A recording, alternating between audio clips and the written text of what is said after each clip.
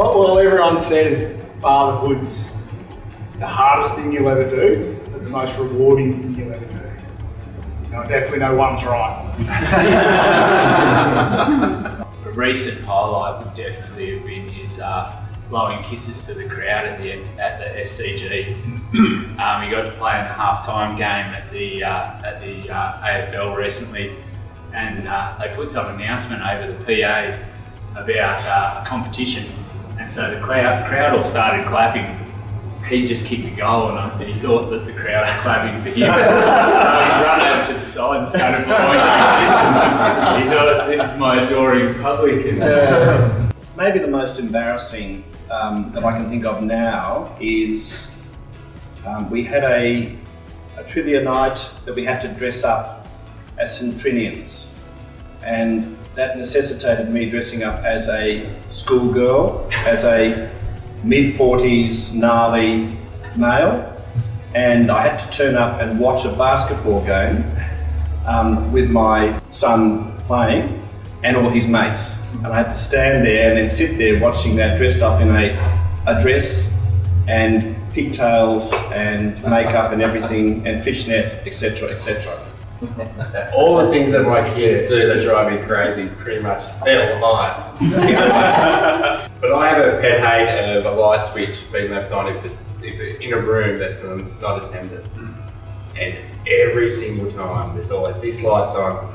But it's like a trail, so you know which room they go to. So this room's got a light on and this room's got a light on. Just talking with him in the car on the way home from school this afternoon, he said, I've got to go to a talk on being a father. What do you think you have to do if you be a dad? And he said, you have to pick up dog poo and clean up the vomit. And I said, is that all dads do? And he goes, no, but that's the important one because no one else wants to pick up the vomit because it really stinks.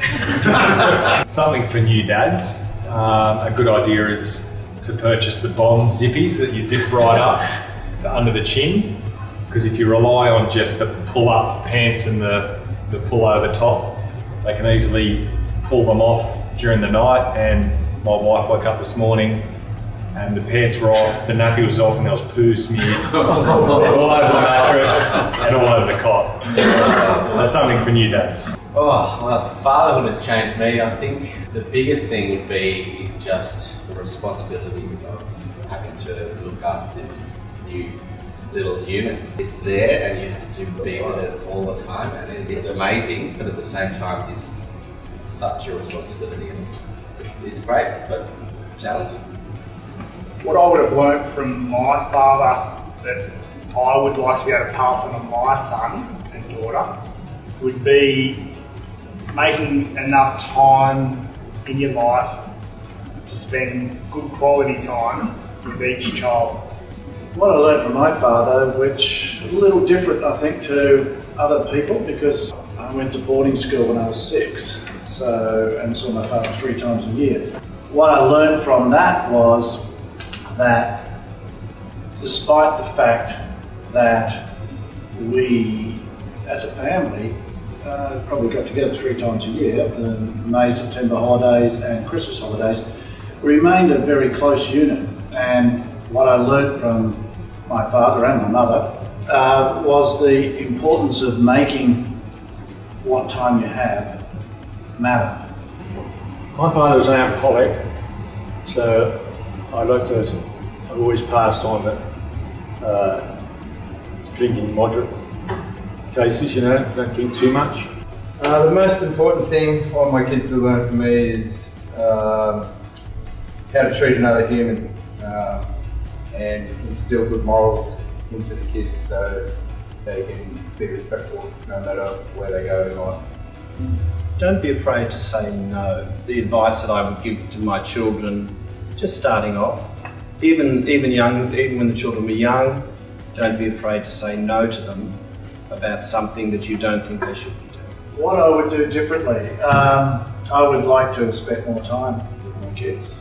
The way that my mother and father brought us up was Dad was the one that set the rules, and Mum would be the one that would let us break them. So I think my mum was always, we got away with a lot more, and my dad was always the strict one. And I think the roles have reversed with me and my wife. And I'm the pushover, so I'll be sneaking 20-month-old daughter, you know, a chippy or a bar or something like that. So I'll probably be the one sneaking out of McDonald's with some fries or something like that, and trying to stay out of trouble. A vivid memory from my dad would have been the amount of energy he would put into anything that a day would bring. Yeah, I'm a stay-at-home dad, so I think my wife's definitely a programmer of everything. She's a school teacher, so she's just program. So I've got to deal with the kids in the morning and afternoon through the day. So definitely a bit looser with the rules, you know, like just to get a bit of peace and quiet. Yeah. Like just put the telly on or get out the back. My parents' parenting style was, my mother was definitely the disciplinarian, all 45 kilos of it. She packed a punch. My father was the, don't sweat the small stuff, it's just not worth it. And I just decided in our family it wasn't going to be the same. So the day I got married, I said, I'm going to be in charge of all the big decisions and you can have all the little decisions. And that has worked really well, because in 40 years of marriage, there's never been a big decision.